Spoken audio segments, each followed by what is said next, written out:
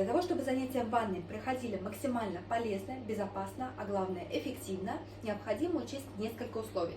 Первое. Осмотрите бортики на наличие различных баночек, скляночек, которые могут упасть и во время занятия испугать малыша. Убираем. Следующее. Посмотрите на пол. Не должно быть никаких скользящих ковриков во время занятия, за которые вы можете запнуться и упасть. Убираем. Также наденьте нескользкую обувь, либо вовсе снимите ее и стойте на полу босиком. Следующий пункт. Открываем обязательно дверь в ванную. В ванне не должно быть душно. Также подготовьте заранее водный термометр и перед погружением обязательно посмотрите на температуру воды в ванне.